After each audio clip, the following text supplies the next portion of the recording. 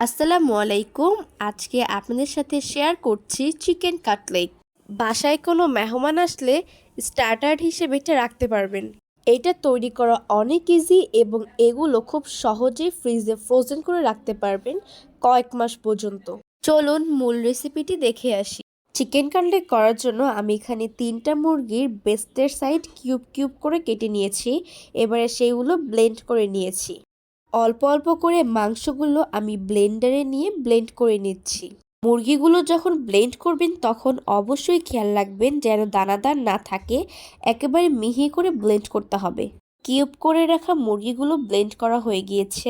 আচ্ছা, এবারে যেটা করব সেটা হচ্ছে পাউরুটির সাইডগুলো কেটে নিয়ে পাউরুটিগুলো কিউব করে কেটে নিব এবং সেইগুলো ব্লেন্ডার জারে ব্লেন্ড করে নিব।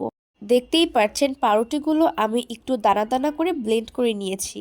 ব্লেন্ড করে রাখা মুরগির মধ্যে দিয়ে দিচ্ছি 1 চা চামচ পাপরিকা মশলা। একটু চাইনিজ ফ্লেভার আসার জন্য আমি এটা ইউজ করেছি।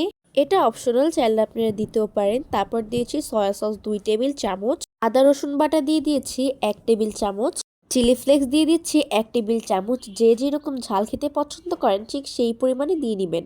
গরম মশলা দিয়ে দিয়েছি উঁচা 1 চামচ আর ধনিয়ার গুঁড়ো দিয়েছি 1 চা চামচ।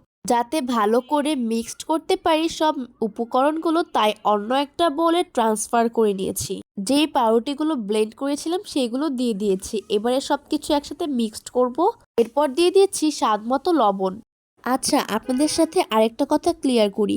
গট মশলা হচ্ছে গরম মশলাই, আর অনেকগুলো মশলা মিলে যখন একটি মশলা তৈরি হয় তখন তাকে গরম মশলা কিংবা গট মশলা বলে। আপনারা যদি এই গট মশলা অথবা গরম মশলার ভিডিও চান তাহলে অবশ্যই আমাকে কমেন্টস করবেন। চিকেন কাটলেটের যে মিশ্রণটা সেটা তো তৈরি করা হয়ে গিয়েছে। এবারে হাতের শেপে আমি সব চিকেন কাটলেটগুলো বানিয়ে নিলাম। অবশ্যই এগুলো শেপ দেওয়ার আগে হাতে একটু তেল মেখে নেবেন। চিকেন কাটলেটের অনেক ধরনের শেপ দেওয়া যায়, কিন্তু আমি আমার পছন্দ মতো শেপ দিয়েছি।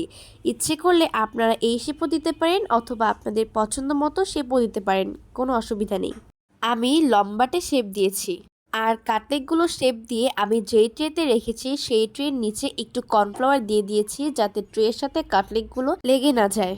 এক এক করে তো সব কাটলেটগুলো বানিয়ে নিয়েছি। এবারে হচ্ছে কোট করার পালা।